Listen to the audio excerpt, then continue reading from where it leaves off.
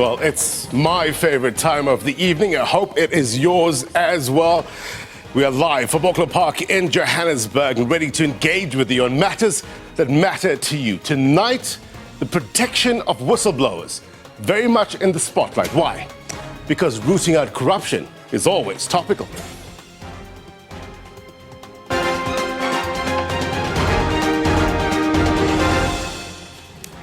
A very good evening to you, South Africa, those watching around the world. My name is Blaine Herman, and this is It's Topical. Control, if you will, our digital audience, please. Good to have them on the program. Stand by. We'll be taking their take in a short while. Whistleblowing. According to government, it is a term that is used by law enforcement agencies when a person passes on relevant and reliable information concerning wrongdoing, such as fraud and corruption, to a person or organization they trust. Trust, keyword. Government Accountability Project. It's a non-profit group of advocates for whistleblowers. It defines a whistleblower as an employee who discloses information that they reasonably believe is evidence of illegality, mismanagement, abuse of power, general wrongdoing, or a substantial and specific danger to public health and safety. So, who can be a whistleblower? Simple answer, anyone, any person. Goes back to the old saying, see something, say something. Easier said than done, right? Reporting wrongdoing can come with certain risks. So the question is, how do we mitigate that risk? We also have our producer, Hlela Mkoko, out and about with a whistleblower and a whistleblower advocate. So stand by for that live interview. It's what it's all about, my brothers and sisters. It's about giving you a voice live and direct, which leads us to the question of the week. And we're asking you, following the death threats and brutal murders of whistleblowers in South Africa, how safe is it to report crime and corruption in this country? Walk with me while I give you some context. Look, it's not all doom and gloom, right? There are certain successes. What are those successes? We will discuss. Also, what is the best route in order to get accountability, ensure offender accountability? Answers coming up. Now, time for your roundup.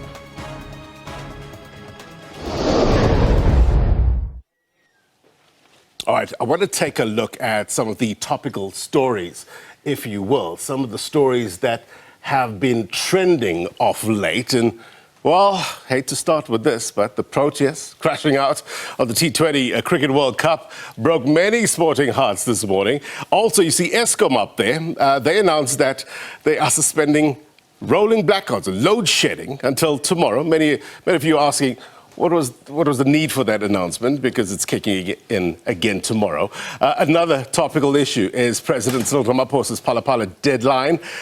The presidency has reiterated that he will meet the deadline of responding to the submissions made by some National Assembly members as to what really happened at his farm 2 years ago. But I just want to stay a while on this matter, the KZN mass murders. Now, another mass murder in KwaZulu-Natal, right? Police say armed attackers opened fire on a group of men at a tuck shop in Ndwedwe, north of Durban, on Saturday afternoon. Now, 4 of the men were declared dead at the scene. One of the 3 people who needed treatment in hospital succumbed to his injuries later. The killings followed a fatal shooting in Claremont outside Pinetown on Friday night, in which 6 men actually were killed. All right, let's delve deep into the topical issue announced on Twitter. Twitter announcing that you'll have to pay, have a look at this, old Elon Musk, $8 or around 150 Rand for them to verify your account. And this means that you'll have to pay for people to see that your account is legitimate and not fake. Now, the new owner, Elon Musk, has been enacting a lot of changes since he took ownership earlier this week. This is what he wrote on his account. It got, 1.1 million likes. So people actually liking what he says. To all the complainers, please continue complaining, but it will cost you $8. So, Hopewell Chinono, I think we have that tweet, we'll put it up. He says that, so if everyone is paying $8 to get verified, how are you going to distinguish those that need it for security and authenticity from those who need it for vanity. I thought verification was done because of what someone does not, because they can afford it. No more authenticity, right? And then the other tweet, I don't know if you have that one as well, saying maybe journalists should be exempt with that. All right, so let's have a look at, right, these are some of the tweets. There we go. Hope well, Chinono, that's what he was saying. And yeah, Giano saying exempt journalists from paying. Yeah, basically people are confused as to how do you pay for, you getting it checked, and how does that play in? If you have everybody getting checked, how do you distinguish between the fake accounts and the real? So, important story to keep in touch on. Now, word on the street. This is where we will leave the roundup and get to the main discussion of the evening. You know that this program gives you a voice as we reflect on the big stories of the week. So let's join the word on the street, which comes from Emerentia and Soweto, on whether you will report corruption and crime in general when you see it. Take a look.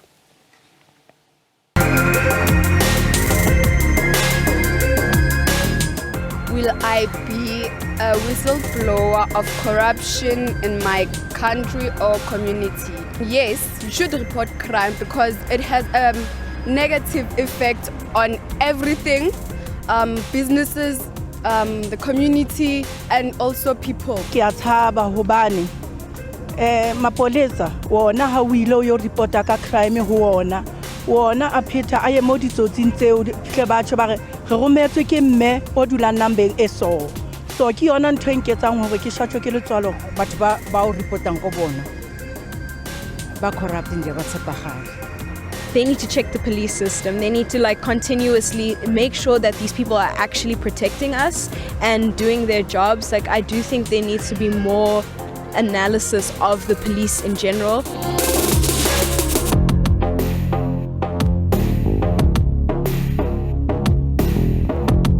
Moibonile, a crime or anything, you have to go to the police station and report something. At the end of the day, uzokhona ukuthi sonke usikhulule usincede ukuthi sithole justice. I feel the justice system is failing us because after a week or so, even a day, loyo muntu omreportile, you see them walking estradeni. Siyabazi labo bantu abenza izinto ekhasi. But thina sikhuluma sithatha information sigawu umphakathi. Siyathula abanye siyasaba ukuthi ayi bazothi mina ngihlala ekhoneni so bese bangilande bangithumela abantu. While thina ke kumele sithathe step lapho ukuthi sireporteni ama cases abha because kuyenzakala izinto ezibha. Without whistleblowing, the corruption and things will get to a level where it cannot be stopped. And I think a lot has to be done to promote whistleblowing, because if people are scared to whistleblow, or if it's obviously a fear in many people, the corruption will get out of control. It's a good thing to do, but also dangerous. Most of whistleblowers are not safe. Like I listen to the radio, most of the time I hear most of them have ran out of the country just because of they feel not safe. Important views indeed.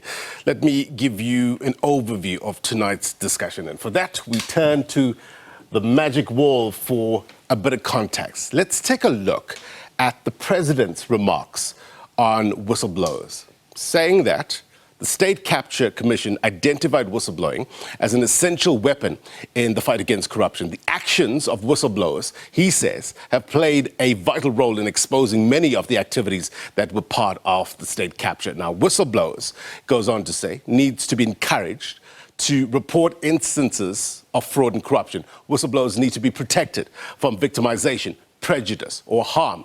Easier said than done, right? What mechanisms need to be adjusted, reformatted, reworked in order to make this a reality? We will get to that in a moment. The president went on to say that the Department of Justice is reviewing the Protected Disclosures Act and the Witness Protection Act to give effect to the Commission's recommendations on the protection of whistleblowers. Now, this will ensure that the whistleblowers receive the protection afforded by the UN Convention Against Corruption, and that whistleblowers, and this is very important, have immunity from criminal or civil action arising from honest disclosures. Now, let's take a look at the process of disclosing. When raising a concern, this is what the advice is. Put your case across calmly. Remember that you are a witness and not a complainant. Think about the risks. Very important. Think about the risks and outcomes before you act.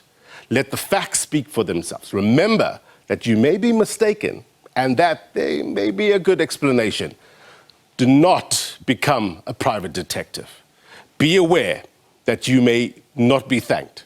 It's tough to swallow, but reality. And finally, I just want to show you this.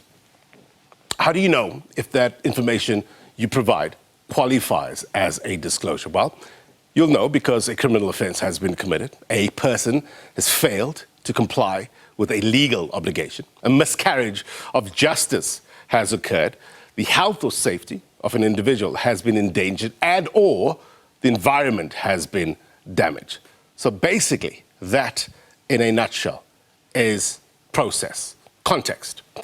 During this year's State of the Nation address, President Cyril Ramaphosa said that, as the State Capture Commission's first report recommends, they will strengthen the system to protect whistleblowers who are a vital safeguard in the fight against corruption, who take huge personal risk in reporting wrongdoing. They were doing a detailed review of all the applicable legislation and, I'm told, a comparative study as well of jurisdictions or to strengthen whistleblower protection. The question I have is what progress has been made in this regard? Our relevant law enforcement agencies, are they taking the necessary steps to address the immediate concern about the safety of whistleblowers? We're going to discuss in a short while. Now, I want to bring in our producer, Hlela Mqoqo. She's live for us to hear more about the challenges and the dangers that whistleblowers face. She is with a whistleblower and a former group treasurer of SAA, Cynthia Stimple, as well as the right and whistleblower advocate, John Clark. Hlela, good to have you on the program. Very good evening to you. The big question is how best can we strengthen the legal protection as well as the institutional framework for whistleblowers? What are your guests saying? Thank you so much, Blaine, and welcome to the viewers. We are here with the SAA whistleblower, Mrs. Cynthia Stimple. She's here to tell us about the challenges and basically the thought process on what it takes to have the courage to actually go forward and tell about the goings on and in these state-owned enterprises. And also we have Mr. John Clark, who is a social worker who works with whistleblowers, and he tries to help them with dealing with everything that they go through with the processes that they go through. Welcome, ma'am. Please take us through the thought process that actually goes through your mind before you get the courage to actually, break the egg and give the information in public. Thank you for the question. So one doesn't wake up and just decide to be a whistleblower. What transpires is that you're there to do your job and you're doing it to the best of your ability. And through various processes, you realize that there's some contraventions. So in my case, the first was that there was contravention in the processes of choosing a request for proposal, in that the board wanted to add suppliers to it. So already they should have oversight, they should not be involved operationally, but here they were wanting to give suppliers to it. The second area that raised the red flags for me was when we had already gone through the RF, this request for proposal. We've already chosen the top tier clients, presented it to the board, and the board didn't approve that and came with an absolutely new client that didn't go through the RFP process. So one could already see the pattern here. And then the third red flag for me was a process that was done not in my department as Treasury, but in another department, the procurement department, where they chose a transaction advisor, and then at a very small fee of 2.68 million, but then they changed the scope of this client's mandate to now source funding for SA. And so obviously, at a cost of 256 million, I had looked at that and thought, there's no way I can allow that. I'm not going to allow it on my watch. And so the process there is I discussed with my team, I discussed with my fellow peer-level senior managers, I even discussed with the executive. At the same time, I also discussed with my family saying, I can't allow this, not while I am still a group treasurer, and allow this to go and let it ride. And so, yes, so I did pick up the courage and then spoke about it. So I raised it first internally. I raised it to the very CFO. I raised it to the executive managers. And when no one did anything, I then took it to National Treasury. And only when National Treasury didn't do anything, I then took it outside to an outside external party called Outer. Do you have any regrets that you actually took that step? No, not at all. I feel I can put my head on a pillow and sleep very peacefully. The main thing is that I stood by my values and my principles, and that's what whistleblowers actually stand for. They look at what their conscience tells them and what their own personal values are. They look at their moral compass when they make that decision. And so, yes, many of them have suffered extremely. And yes, with hindsight, you'll say, why did I do it? Because I have suffered this and there was no need because I just did the right thing. However, at the end of the day is when you start comparing the two and saying, if I didn't do it or I didn't say it, what would have been the result? I would have still been challenged with my own conscience and in my own principles would have been compromised. Have you received any threats from anyone that you have reported or related to what you have reported? Well, my case is done and dusted. So when I first reported was in 2016. So yes, in those early months, I think for 3 months roughly, I was being followed. My house was being watched. Whenever we left the house, there were strange cars that weren't my neighbor's cars or anyone that lives in our vicinity. So yes, I was monitored, I was watched. I think now that the Zondo report findings are out, chances are that it could happen again. So I'm just far more alert and I do observe and I make sure that I keep safe. Thank you so much. We're now going to move to Mr. Clark. Mr. Clark, why do whistleblowers come to you? Well, I have had the privilege of myself in my long career as a social worker for 40 years worked on challenging social injustice, and I've kind of known about that. And then when I saw it was happening with whistleblowers after Mandy Wiener's book, because I'd assisted her with one of those chapters, I realized that they were going through a far worse situation than I'd ever experienced as an activist, as a social worker, and that they needed my help. Only to find that they were in isolation, they were fearful, they were not knowing what to do next. Their lawyers had been helpful up to a point, and I just found this was like an open niche that I could just sucked into, and it's been the most rewarding experience possible because we've had people who, in their solidarity with each other, it's like a force of nature that's been unleashed. You know, people like Cynthia and that, and we've now formed what we call the Whistleblowers for Positive Change. I prefer to call them witness bearers for positive change, so that we're widening the mandate as being not just simply about people blowing the whistle with a negative connotation, but these are people that are bearing witness to a change process in this country, which is now unstoppable.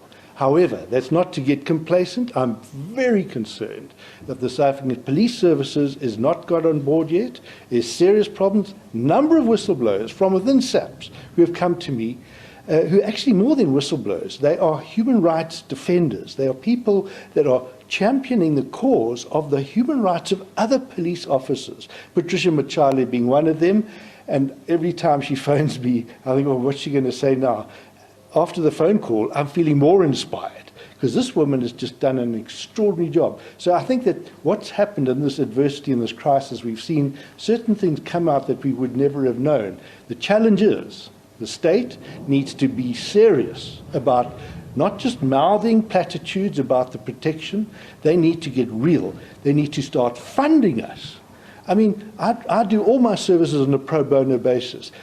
Whistleblowers need psychological support. It's the last thing people tend to think of.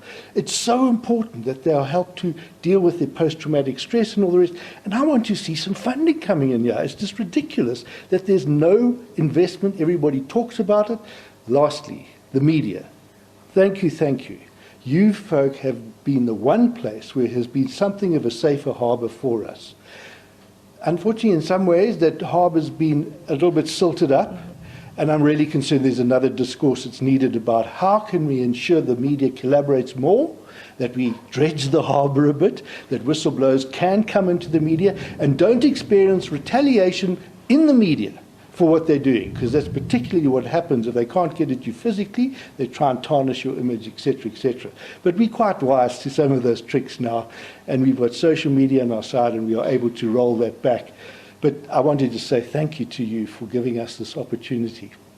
Thank you so much, sir. The President said something about amending the Protection Act for the whistleblowers. In practicality, what should that mean for whistleblowers? Yeah, well, the Protected Disclosures Act's been on our statutes for 20 years.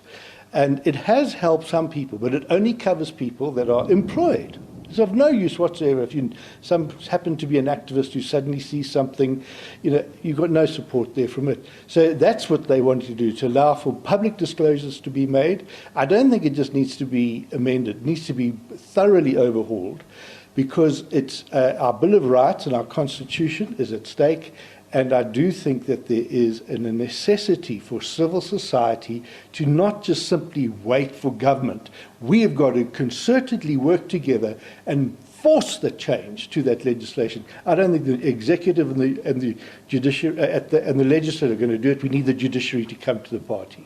Thank you. Thank you so much, Blaine. It sounds like there's still a lot that needs to be done to ensure the safety of whistleblowers in the country.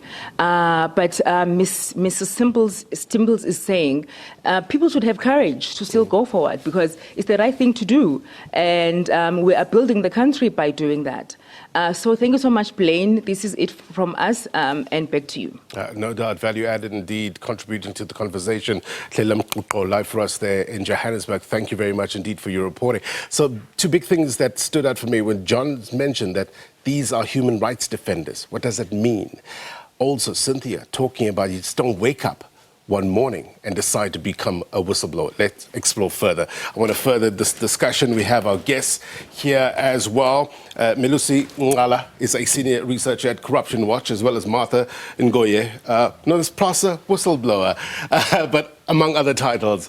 Good to have you as well. Let's bring in our digital audience, say hello to them. Please listen in to our conversation. They'll pop up there on your screen. We'll get to you in a short while. Let me set the scene with regards to our guests. Martha, to you first. I was reading up before the interviews, and you were quoted in the media saying that you feel betrayed by your country. Why? Exactly that, Blaine. It's as simple as that, because there's nothing that has come forward, to show appreciation for the work that one has done. In fact, if anything, one has been labeled all sorts of things. I mean, I think I didn't do this to become recognized, as such, but I risked my life. I've risked my profession. And for me, the feeling betrayed is because, you spoke about it earlier.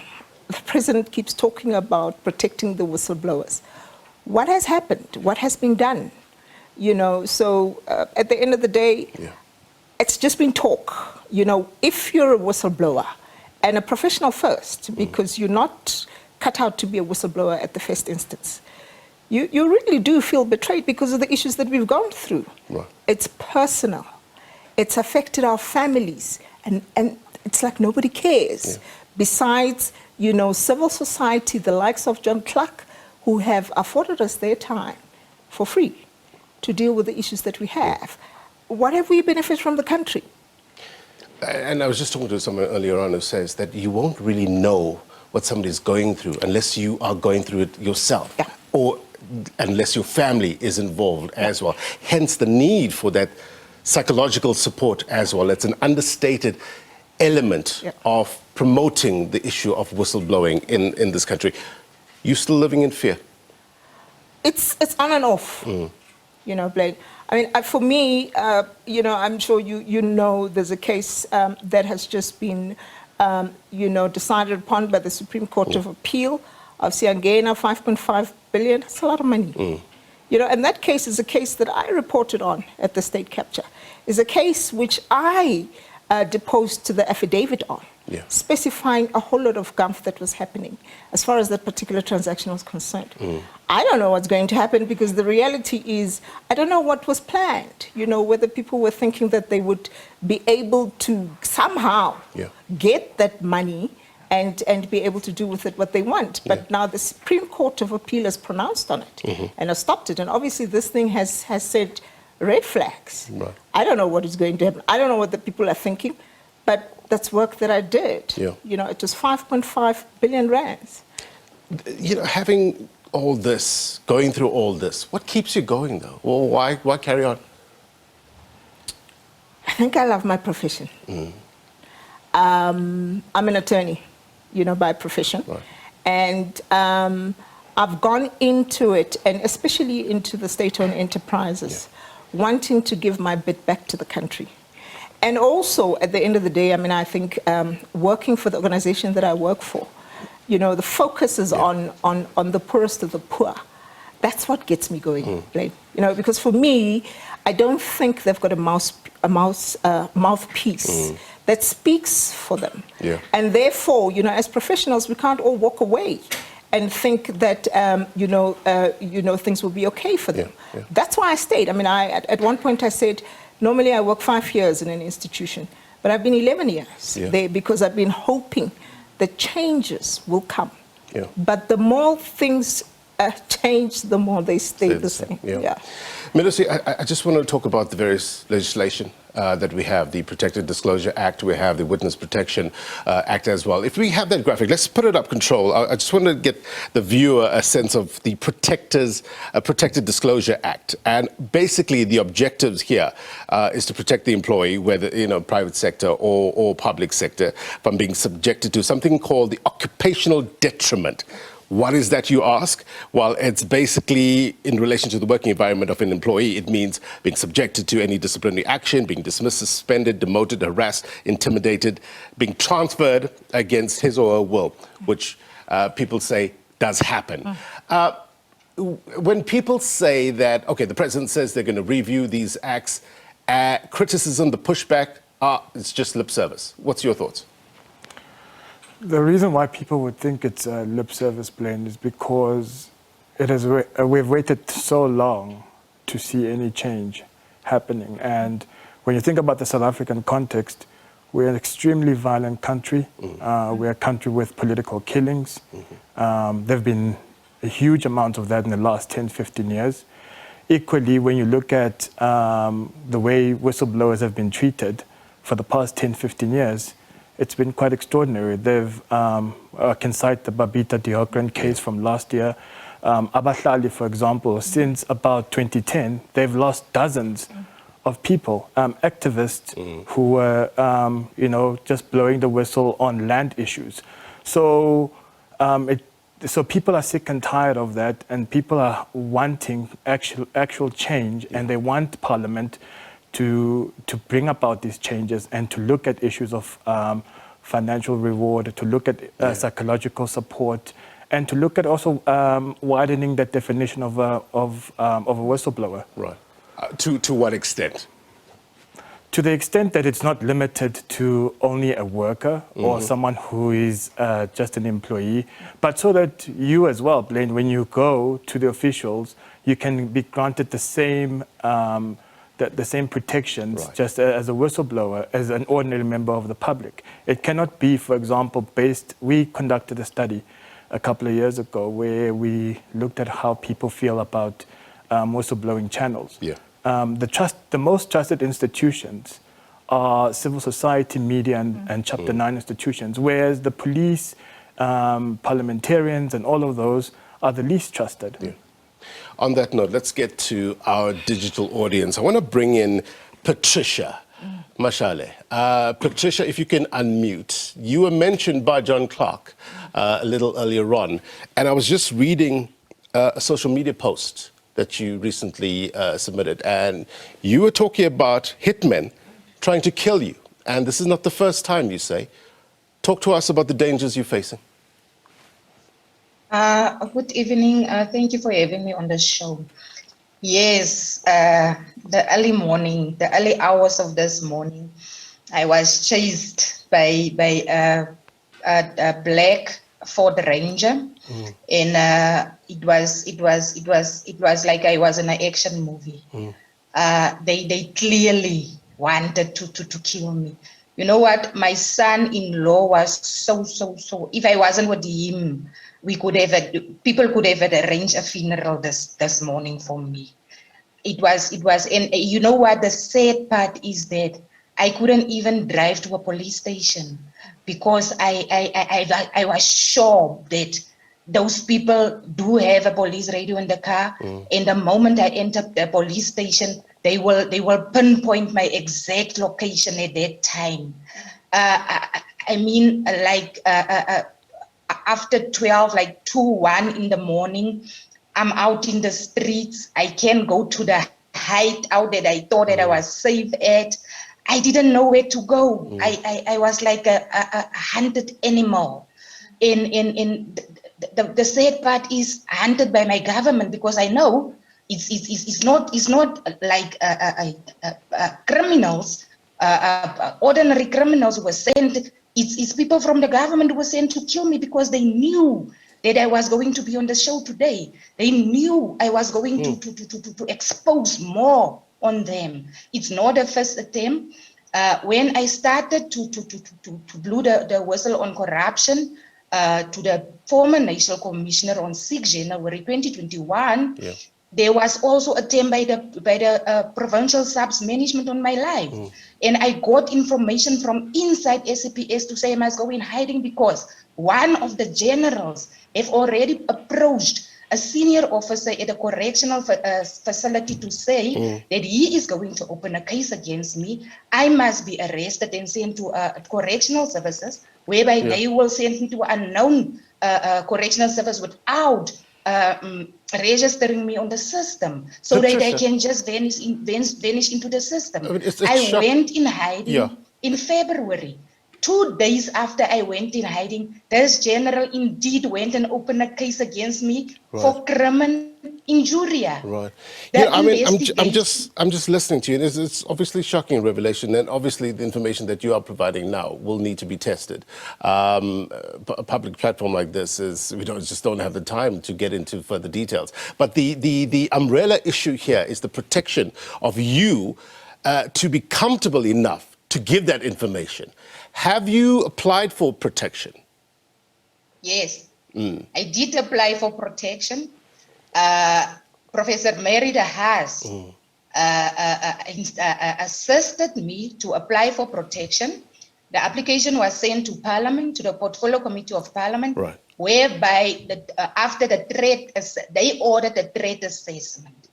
And the crime intelligence officer did the threat assessment, whereby he did identify that the threat is indeed coming from the subs management. The threat assessment was sent to Parliament, whereby the chairperson of the Portfolio Committee of Police was advised by the National Commissioner to say, no, she cannot get protection because the format of the threat assessment is not right. They actually don't want a threat assessment, they want a risk assessment. The crime intelligence officer advised them to say, I cannot do a risk assessment on her because she's already in hiding. Doing a risk assessment is going to cause me to expose a location. I must go deep into a family is going to expose.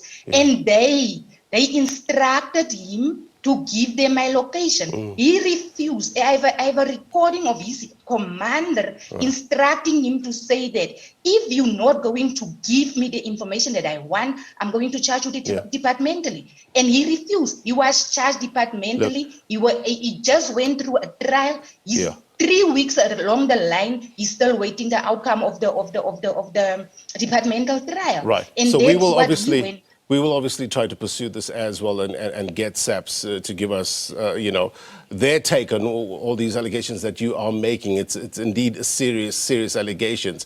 But thank you very much indeed for coming on, still despite the risks that you're facing, to tell your story. Appreciate it. Chris White, I understand that you're also a whistleblower. Talk to us about protection that you received or the lack thereof. If you can unmute, Chris. I was unmuted. They muted me.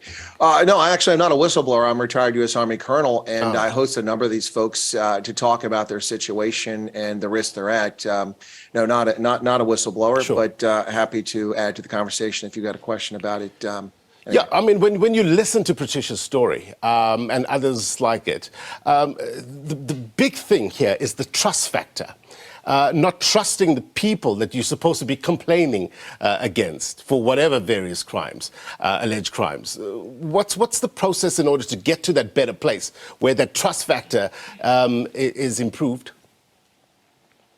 By your question, do you mean the trust factor in the government, what it's supposed to do? Or law enforcement, government, etc.? That's a serious problem here. I mean, let's be honest about the state of affairs in South Africa.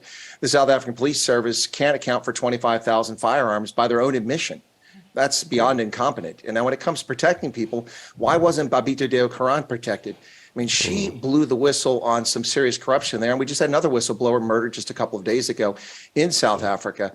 How do you get to the trust issue? It's a real question when you've got government officials involved in PPE scandals and endless charges against officials, members of parliament who've been identified as criminals, but still sitting in parliament and not holding portfolio positions.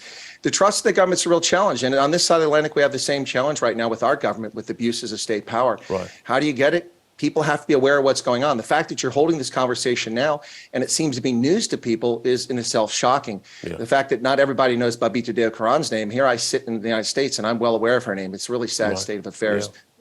Yeah. Master Chaba, you had your hand up from the Frederick Newman Foundation. Jump in.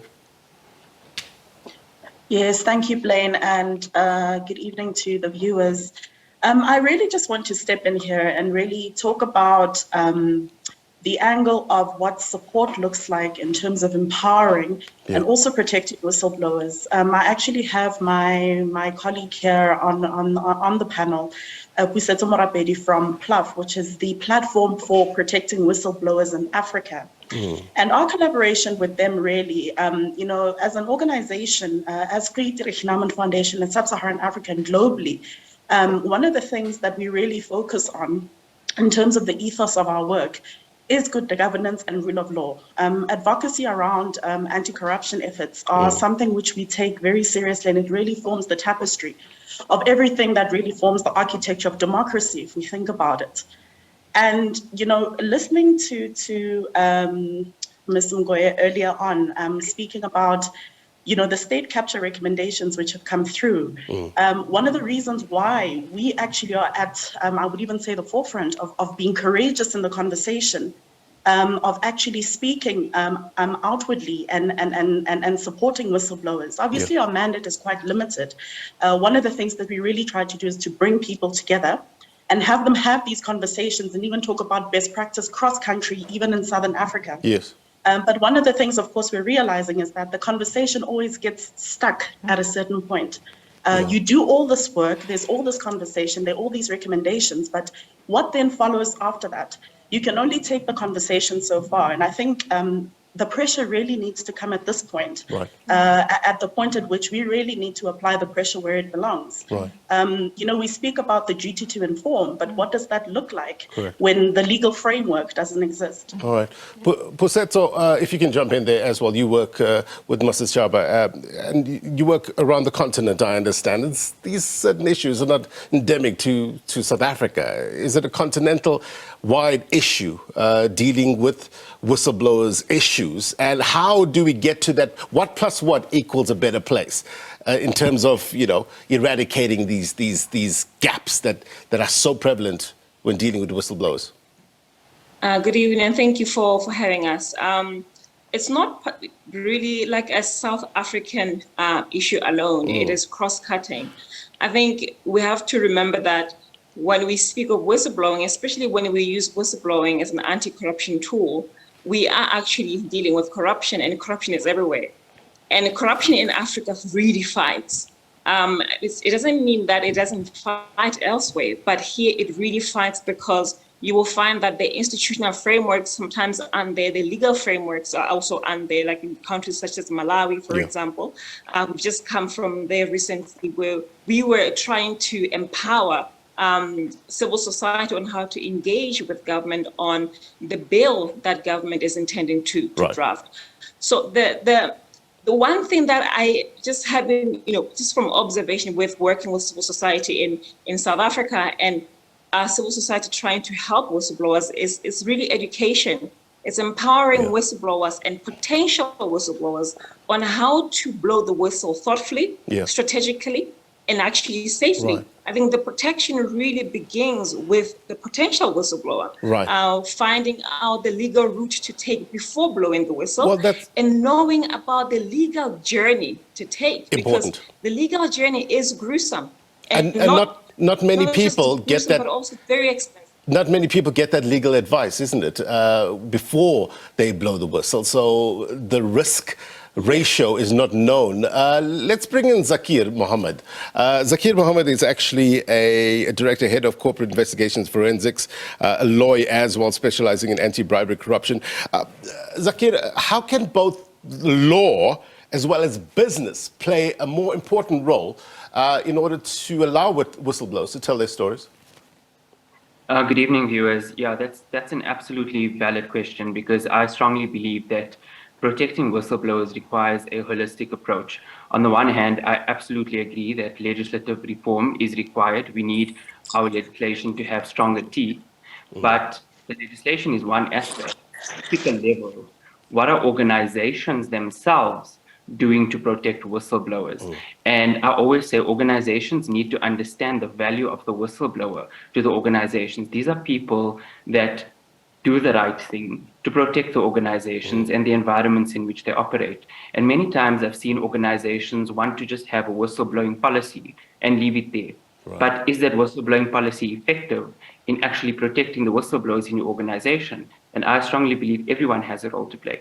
So government does by reform and putting in measures to protect whistleblowers from proper retribution, but organizations do as well. Right.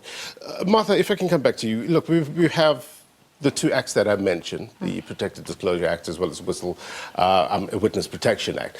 If you had your way, what would you change tomorrow that will improve the situation? Or is it an issue of just enforcing the law? I think for me, first and foremost, is about changing the fact that you have the people in state-owned enterprises using our taxpayers' money to fight whistleblowers, where whistleblowers have got to use their own monies. I mean, I see Advocate Sidiso Tsipanyane is on the line as well, where he wrote an open letter to the Minister of Justice to say, do something about this. I mean, I think it's the biggest thing that needs to happen. We've spoken about, the fact that the law is not adequate. It's got to be changed, it's got to apply not only to employees, but it's got to be broader. The issue of occupational detriment has got to be changed. Right now, you can only enforce the the Protected Disclosure Act. You first have to start at the CCMA. Do you understand? And the CCMA itself is not conversant with dealing with this type of legislation. It's a mess when you as an individual are trying to enforce your rights, through this Protected Disclosure Act. I'm an attorney. I've understood the act, but I can tell you now that the utilization of that particular piece of legislation, even in my own case, has become difficult. So I think for me, the critical part is let's all be on the playing field level, right? Those people that are accusing, and you spoke about honesty. I don't think people go out there to risk their lives to lie. You can see the honest people, and you can siphon the ones that are not honest. But the bottom line is that we find ourselves having to use our own resources. When people are sitting and then often going up against big corporates that have the muscle and the wealth to fight you. I mean, I was told that I needed to be fired. I've become rogue, and I must fight the state outside, and I won't have the same powers as the state has. These are things that were said to me, and it happened. Realities on the ground. Stambiso, you have your hand up. Please weigh in. Yeah, no, thanks very much for having us. I just want to come in where Basira said, you know, and I agree with him to say, when it comes to whistleblowing, you know, the responsibility is for everyone, even from community level, you know, in every inch of our society, every leader in our society, every citizen in our society. It's our moral responsibility to make sure that we promote and protect whistleblowing. Because if I can give you an example, you know, there have been people who have vacated where they live, who have changed areas and went into hiding because also of the stigma in their society. Stembiso, I think we're having a bit of an issue with your audio. We'll try to fix that up. Hopefully, technical can sort that out. We'll try to come back to you if time permitting. Bandile, I'll come back to you in a short while. Advocate Tseliso, I just want to talk about the issue of retaliatory action that is taken against those who blow the whistle. Often lawsuits, sometimes being harassed to a point where you lose the whistleblower, that is, loses their reputation. They don't have a footing. How can this be best sorted out in the context of the current laws that we have? Yeah, no, unfortunately, you know, this is a reality in our country today. But, you know, despite the benefits of whistleblowing, we still see, you know, the act being violated. You know, people are being victimized. And the biggest culprit so far is the state. That's why we issued the open letter to say to government, you have a constitutional responsibility to protect people in this country. And therefore, the victimization of whistleblowers is actually a violation of their rights. Right. And therefore, it's actually quite unfortunate that the state itself is doing this thing. So the first thing which needs to be done is that the state itself needs to protect the Constitution and enforce the act, even though, of course, we're saying the act should be changed. Right. That is the biggest tragedy, that, you know, those who are meant to protect us are the ones who are violating our rights. And unfortunately also is that, you know, corruption to a large extent happens within the public state. So those who actually who are corrupt are the ones who are using the law and state resources to actually victimize whistleblowers. Bandile Matebola, you wanted to weigh in? Greetings to the viewers at home. I hope I'm all audible enough. You are. I think I'd just like to also add on to the point of how to basically improve the manner in which whistleblowing can be, or rather whistleblowers can be protected, because it seems to me that there is quite a weakness within state institutions which are supposed to be protecting these whistleblowers. You know, whistleblowing has become a very, very critical element of, you know, good governance and ensuring public participation within institutions. Right, but right now we see that these legislations that have been enacted to basically protect these whistleblowers have a lot of loopholes. For instance, the Witness Protection Act, it protects your whistleblowers to a certain extent. It does not serve protection to, you know, to a certain extent their families. You know, and these are certain, you know, loopholes that we need to look at to ensure that there is some sort of development and that people are more comfortable in whistleblowing. When you get to listen to the opinions of people that were saying why they're not participating in whistleblowing, which is a responsibility of all of us in the society, it's simply because they are life danger.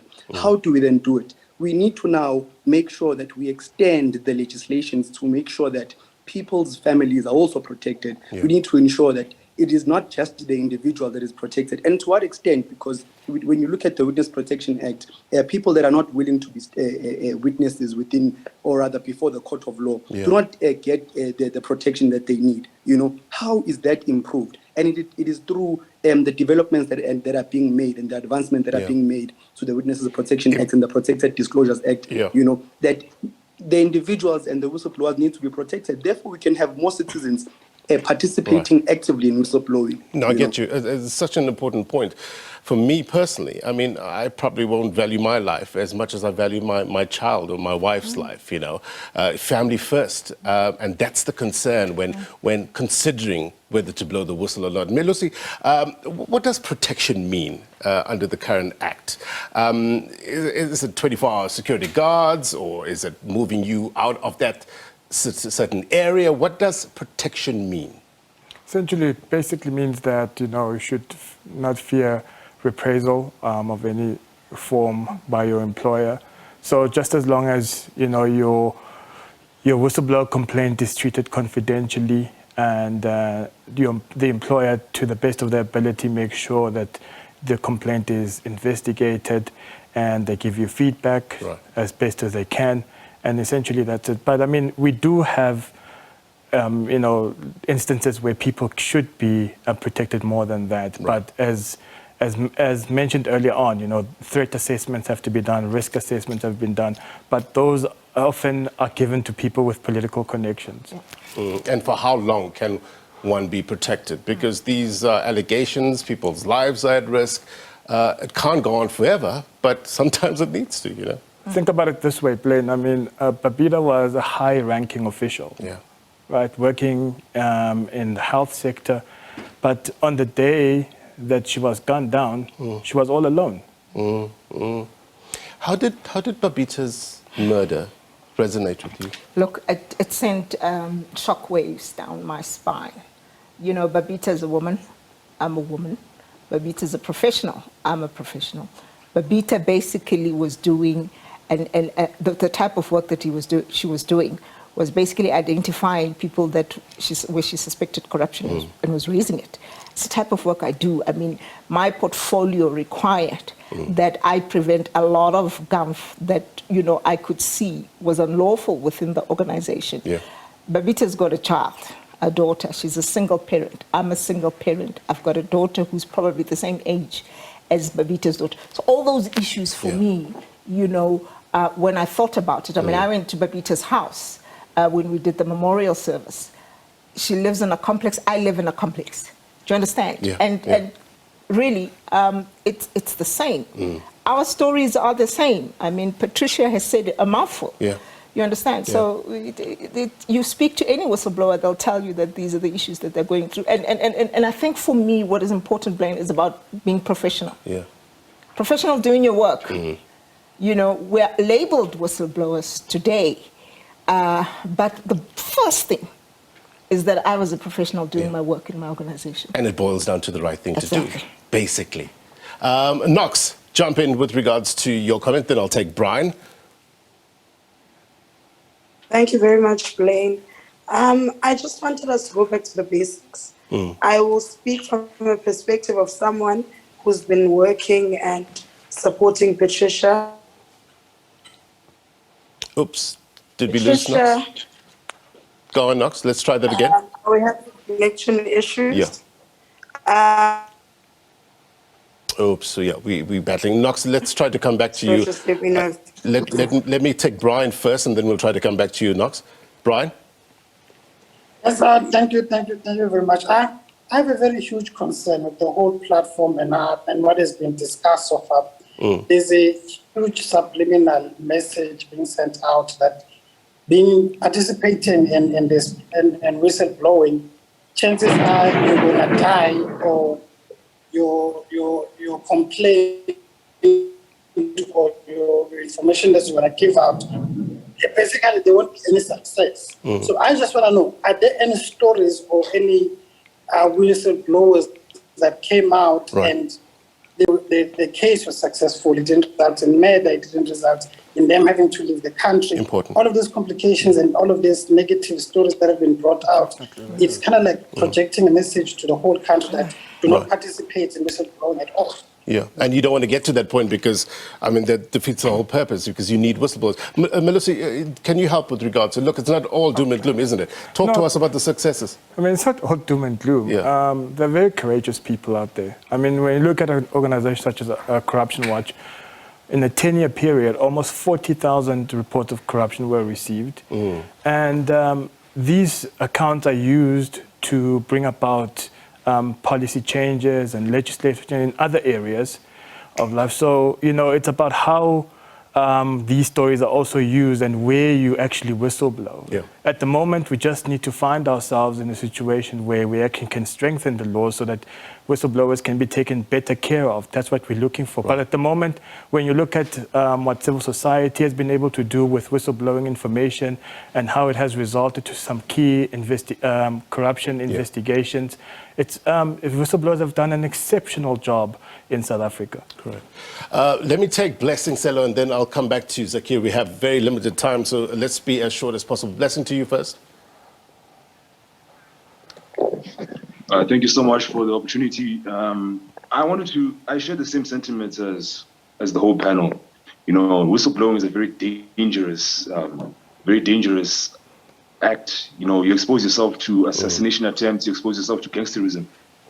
But I wanted to propose perhaps a more practical approach, because when dealing with humans, we have issues of morality, and corruption is an ever stay.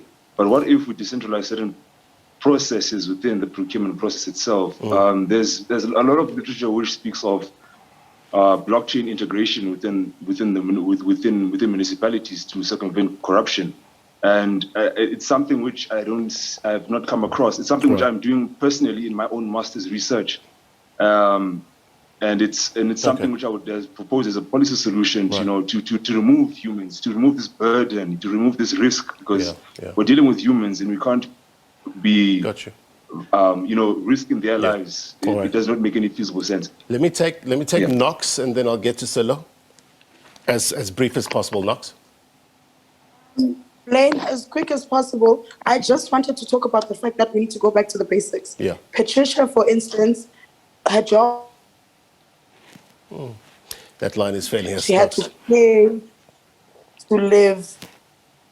I apologize, Knox. We're losing you on that one. Let's take Selo. Selo, jump in very quickly.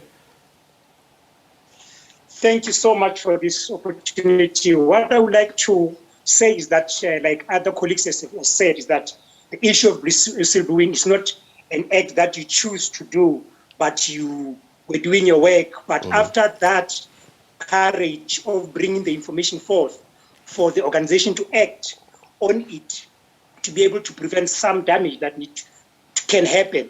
It's unfortunate that the organization, after realizing and doing something about it, they do forget, or they don't act promptly to come to the plight of the whistleblowers that are going through as a result of the action that they've taken to be able to safeguard the organization assets and anything that is happening to the organization. Selo, thank you very much indeed. We haven't heard from Debbie. Let me give Debbie the last word. Debbie, if you can unmute. Oops. There we go. Hi. I'm an activist and whistleblower. I'm very into exposing the corruption in the government. Right. Unfortunately, we're fighting a losing battle at the moment. My back was broken by SAPs. I've been targeted. I've been threatened. I've had death threats. I've had a video that's trended on TikTok and Facebook of my death. A lot of things happened to me, but I will not be silent. And, it's just a pity that wherever we go, we're hitting against brick walls, because you're trying to expose corruption, and the people that's supposed to protect and serve you are the corrupt. So it's like criminals investigating criminals. So you can't even go to the police, you can't go to IPID, you can't go to Parliament, because each and every one that you are confronting about the corruption are corrupt. Debbie, we'll have to... I hear your story. It takes so much strength for all of you to come on and give you a story. Hopefully we can get to that better place. We've run out of time. Martha, thank you very much indeed. Milusi, always a pleasure having your better mind on the program. Here's my take. It takes a lot for somebody to come forward. Many believe it is the patriotic thing to do, and blowing the whistle on crime, the trust factor is extremely important. You need to be confident that you are divulging sensitive information to trusted people. And when necessary, the protection of identities, it's extremely important. Why? Because fear cannot prevail. Because fear can be transmissible, right? Contagious, spreading from person to person, silencing the whistle. Someone once said that the employee who, in the public interest, has the independence of judgment and the personal courage to challenge malpractice or illegality is a kind of a public hero. So let's protect the heroes, because the role they play ultimately protects you. Until next week, take care. Bye-bye.